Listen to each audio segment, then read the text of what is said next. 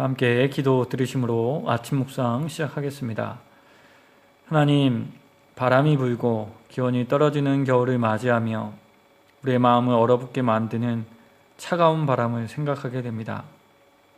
하나님, 여러 가지 어려움으로 인하여 우리의 마음에 부는 그 차가운 바람을 주님 아십니다. 하나님, 그 바람을 잔잔하게 하시며 또한 그 바람을 견디게 하여 주시는 분은 오직 하나님 한 분밖에 없음을 이 시간 고백하며 또 기억하며 주님 앞에 나아갑니다. 오늘도 그 바람을 맞설 수 있는 용기를 주실 나의 하나님, 나의 주님, 나의 선한 목자 되시는 하나님 앞으로 나아갑니다. 주님, 이 고백이 주님 앞에 향기로운 예배자의 고백이 되게 하시며 이 시간이 우리 모두에게 은혜의 시간이 되게 하옵소서. 감사드리며 예수님의 이름으로 기도드립니다. 아멘. 다 함께 복음성과 주님 말씀하시면 함께 찬양 드리겠습니다.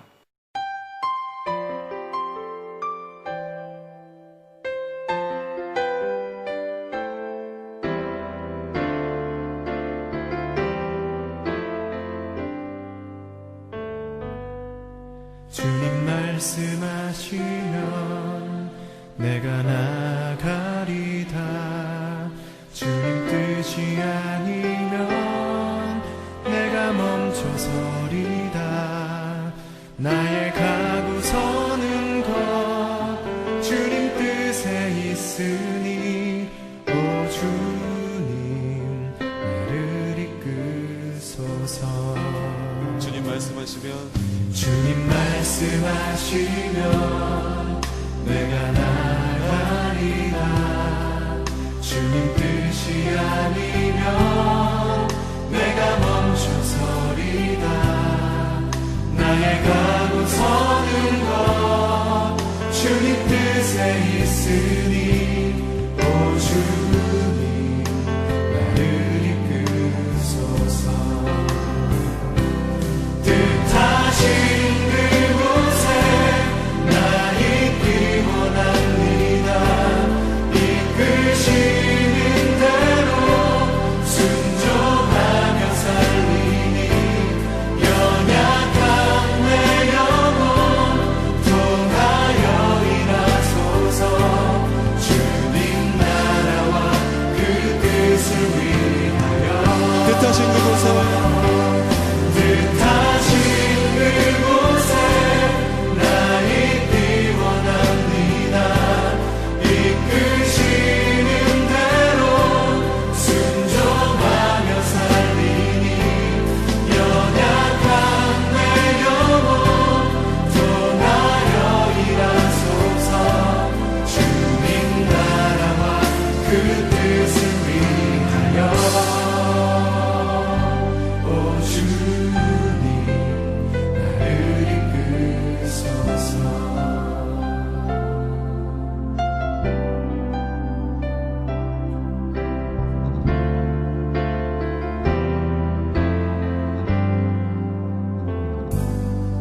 주님 말씀하시면 내가 나가리라. 주님 뜻이 아니면 내가 멈춰서리다. 나의 가고 서는 것 주님 뜻에 있으니 오 주님 나를 이끄소서. 뜻하신 그곳에 나 있기 원합니다. 이끄시는 대로 순종하며 살리니 연약한 내 영혼 통하여 일하소서. 주님 나라와 그 뜻을 위하여 뜻하신 그곳에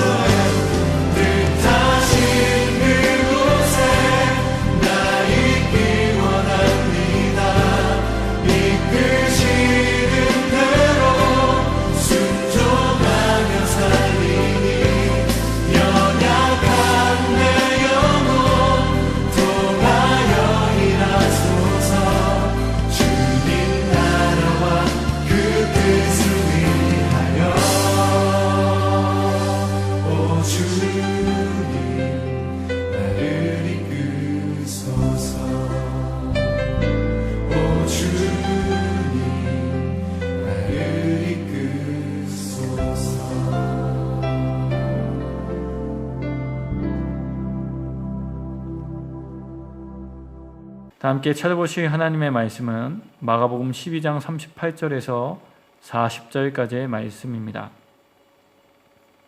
마가복음 12장 38절에서 40절까지의 말씀, 다 찾으신 줄 알고 받들어 봉독하겠습니다. 예수께서 가르치실 때에 이르시되 긴 옷을 입고 다니는 것과 시장에서 문안받는 것과 회당의 높은 자리와 잔치의 윗자리를 원하는 서기관들을 삼가라. 그들은 과부의 가산을 삼키며 외식으로 길게 기도하는 자니 그 받는 판결이 더욱 중하리라 하시니라. 아멘. 오늘 말씀에 나타난 서기관은 율법학자를 가리킵니다.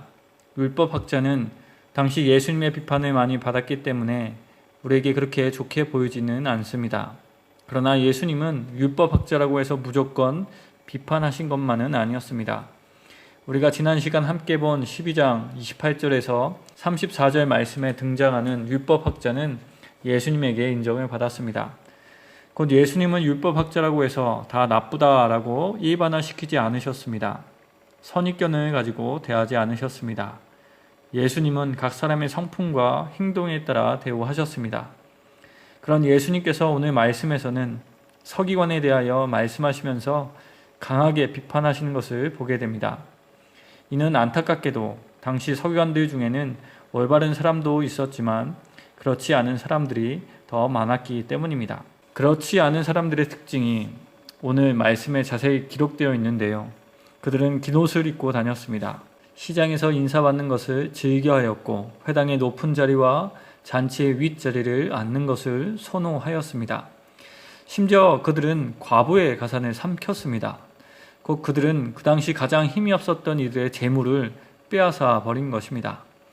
그들이 가산을 삼키기 위하여 쓴 방법은 여러 가지였다고 추정합니다. 그 중에서 대표적으로 사용된 것이 경건한 가난한 자들에게 과도한 성전제사를 강요하는 것이었습니다. 지금으로 말하면 감당할 수 없는 작정 헌금을 하게 한 것입니다. 그들은 종교와 율법을 통해서 그런 일을 하였던 것입니다. 곧 불의한 일을 하나님의 이름을 빌려 행하고 있었습니다. 그러나 그런 그들이 사람들 앞에서는 길게 기도하며 마치 순전하고 경건한 사람인 채 하였습니다. 이것을 그냥 두고 볼 수 없었던 예수님은 오늘 말씀을 통하여 그것을 지적하시면서 반면교사로 삼게 하셨습니다. 성도 여러분, 오늘 말씀을 묵상하시면서 생각하게 되는 것은 어떻게 하다가 율법학자들이 이 지경에까지 이르게 되었는가입니다. 무엇 때문에 율법학자들이 이렇게 철면피가 되었을까 궁금해집니다. 이 질문의 답을 당시 유대인의 역사적 배경을 통해 알 수 있습니다. 예수님 이전 시대 때 이스라엘은 국가라 하기에 민망한 상황이었습니다. 비록 헤롯이 성전을 보수하였지만 헤롯 이전에 예루살렘 성전은 파괴되었고 나라의 주권도 잃어버린 상태였습니다.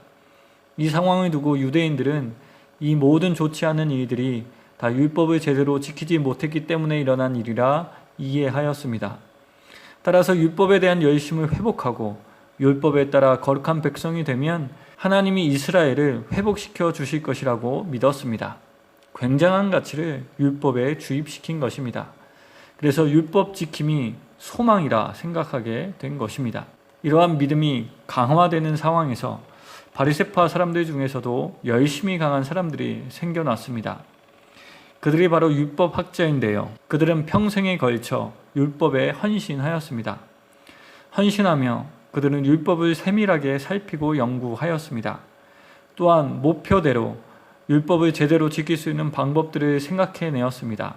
그리고 그것들이 각 율법의 세부 규정이 되었습니다. 그런데 성도 여러분, 말씀을 지키며 성화되는 것을 특정 규정을 지키는 것을 통해서 이루려고 할 때 늘 문제가 발생합니다. 특히 심각한 부작용이 발생합니다.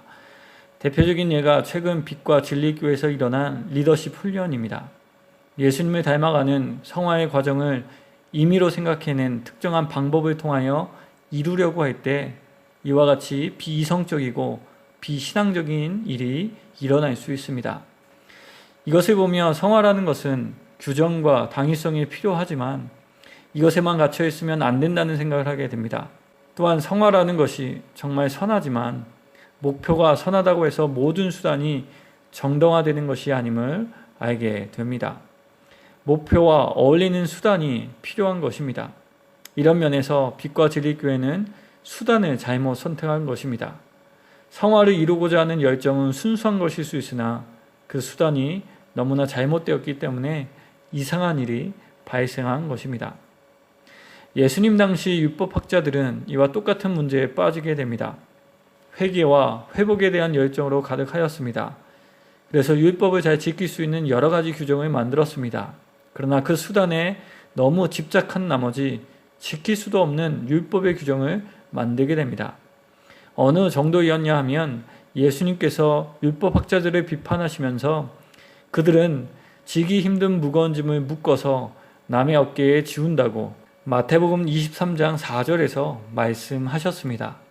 그렇다면 성도 여러분, 왜 당시 사람들은 이것을 비판하며 이러한 멍에에서 벗어나지 못하였을까요? 왜냐하면 당시 사회를 이끌어가는 가치 중 하나가 바로 명예와 수치였기 때문입니다.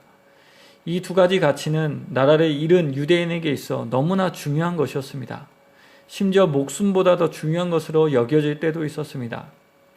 명예와 수치가 이렇게까지 중요해진 이유는 사회학적으로 볼 때 두 가지로 볼 수 있습니다. 하나는 명예와 수치를 이야기하면서 자신들의 가치관과 다른 이방의 문화를 거부할 수 있었기 때문입니다. 그리고 또 하나는 자신의 문화와 생각을 지킬 수 있을 뿐만 아니라 견고하게 할 수 있었기 때문입니다. 이러한 생각은 특히 나라를 지키려고 했던 바리새인들의 가치관과 맞아 떨어졌습니다. 그래서 율법을 지키는 것은 그 어떤 것보다 더 명예로운 일이 되었습니다. 민족의 정체성을 지키는 일이었습니다. 반대로 율법을 지키지 않는 것은 수치 그 자체이었습니다. 하지만 율법 규정이 많아지면서 도저히 다 지킬 수 없는 정도에 이르렀습니다. 물론 사도 바울이 회심하기 전 자신은 모든 율법을 잘 지켰다고 이야기한 것처럼 그 중에 몇몇은 율법을 지키며 살았을 것입니다. 그러나 대다수의 사람들은 율법을 다 지킬 수 없었습니다. 그리고 그 중에는 율법학자들도 포함되었습니다. 그렇다면 이것은 율법을 연구하고 지키는 자들인 율법학자들에게 더욱 수치스러운 일이 되었습니다. 그래서 그들은 그 수치를 감추기 위하여 자신이 율법을 매우 잘 지키는 믿음 있는 사람처럼 과시하였습니다. 그래서 긴 옷을 입고 다니며 높은 자리에 앉으며 보이는 곳에서 길게 기도하였습니다. 그러나 그 뒤로는 가부들의 재산을 삼켰습니다. 그렇습니다. 성도 여러분, 과시라는 것은 무엇인가를 감추기 위해 사용하는 인간의 방어 기질입니다. 저는 오늘 말씀을 묵상하며 문제가 과시에 있는 것이 아니라 무엇을 어떻게 믿고 있느냐에 있다는 생각을 하게 되었습니다. 율법학자들, 서기관들이 이렇게 된 이유는 이 질문에 대한 답을 잘못 내렸기 때문입니다. 서기관들은 하나님을 믿는 믿음에 대한 모든 가치를 율법에 두었습니다. 그래서 율법을 지키는 것에 한없는 영광을 부여했습니다. 그래서 결국 그들은 신앙의 중심이 되는 하나님과 그 은혜와 그 인도하심을 잊어버렸습니다. 하나님과 나의 신앙이 아니라 율법과 나라는 신앙으로 나아가게 되었습니다.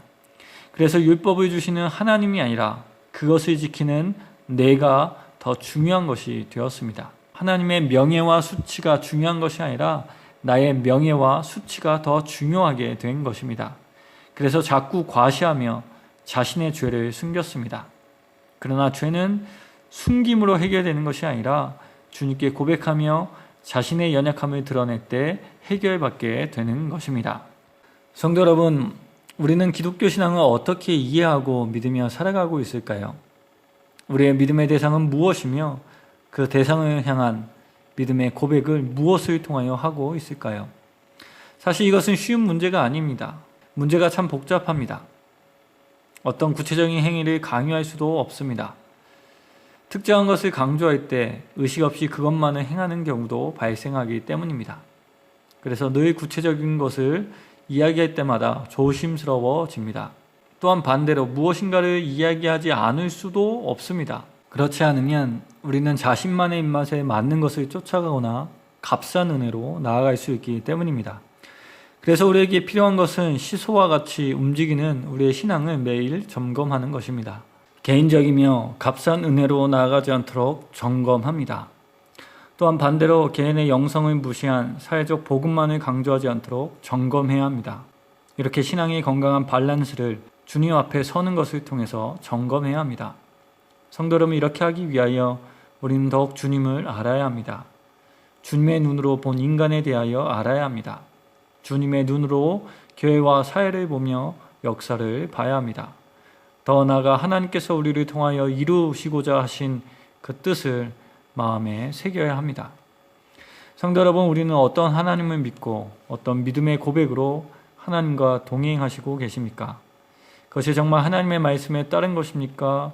또한 나는 지금 어떤 모습으로 믿음의 고백을 하며 살아가고 있습니까? 그것이 삶을 균형 있게 하고 있나요? 그래야 정말 하나님을 믿는 믿음으로 말미암아 옳은 길로 인도되는 은혜를 누리고 계신가요? 모쪼록 이 질문을 통하여 더 깊은 하나님과 교제를 누리는 오늘이 되기를 소망합니다. 그래야 이 어려움 속에서도 하나님께서 주신 믿음으로 말미암아 힘과 평안을 얻게 될 뿐만 아니라 그 뜻을 향한 우리의 믿음의 발걸음이 힘차지기를 소망하며 이 말씀을 전해드렸습니다. 함께 기도드리겠습니다. 하나님 감사합니다. 우리에게 믿음을 주셔서 감사합니다. 또한 그 믿음을 통하여 주어진 삶을 이해하며 살아갈 수 있게 하시니 감사합니다. 그러나 하나님, 믿음으로 살아가는 삶이 때론 너무나 혼란스럽게 느껴질 때가 있습니다. 그 중심을 잡지 못하여 또는 그 중심에서 벗어나 잘못된 길로 나아갈 때가 있습니다. 그리하여 자신을 속이고 다른 이들에게 피해를 주는 삶으로 나아갈 때가 있습니다. 그런 우리를 긍휼히 여겨 주시옵소서. 그리고 우리의 마음에 다시 한번 믿음으로 사는 나를 바라보는 것이 아니라 하나님을 바라보게 하옵소서. 우리의 묵상이 더 깊이 하나님을 묵상하게 하옵소서. 그래야 주님의 인도하심에 따라 중심을 회복하게 하옵소서. 또한 회복함으로 말미암아 삶의 균형을 회복하는 우리가 되게 하옵소서. 이 은혜가 주님을 찾는 이에게 주어질 줄을 믿습니다. 오늘 하루 주님을 찾고 질문하며 삶을 묵상할 때 주님의 인도하심을 경험하는 우리 모두가 되게 하옵소서. 오늘도 주님 안에서 살아가기를 원합니다. 현실이 어렵습니다. 그러나 이 어려움에 지지 않게 하옵소서. 이겨낼 수 있는 힘이 내겐 없으나 나를 일으켜 세우시는 하나님을 믿습니다. 풀리고 있는 우리의 두 다리에 힘을 더하여 주시고 부는 바람에 쓰러지는 것 같은 우리를 품어주셔서 부는 바람을 뚫고 살아가는 우리가 되게 하옵소서. 특별히 어려움에 처할 때마다 찾아오는 유혹과 죄가 있습니다. 매번 나를 넘어뜨리려 하는 그 죄에서 나를 보호하여 주옵소서. 오늘의 삶도 또 오늘의 생명도 주님의 손에 있음을 다시 한번 고백합니다. 주님, 우리를 인도하여 주옵소서. 오늘의 삶을 다시 한번 주님께 부탁드리며 예수님의 이름으로 기도드립니다. 아멘. 다 함께 주님께서 가르쳐 주신 기도하심으로 아침 묵상을 마치겠습니다. 하늘에 계신 우리 아버지, 아버지의 이름을 거룩하게 하시며 아버지의 나라가 오게 하시며 아버지의 뜻이 하늘에서와 같이 땅에서도 이루어지게 하소서. 오늘 우리에게 일용할 양식을 주시고 우리가 우리에게 잘못한 사람을 용서하여 준 것 같이 우리 죄를 용서하여 주시고 우리를 시험에 빠지지 않게 하시고 악에서 구하소서. 나라와 권능과 영광이 영원히 아버지의 것입니다. 아멘.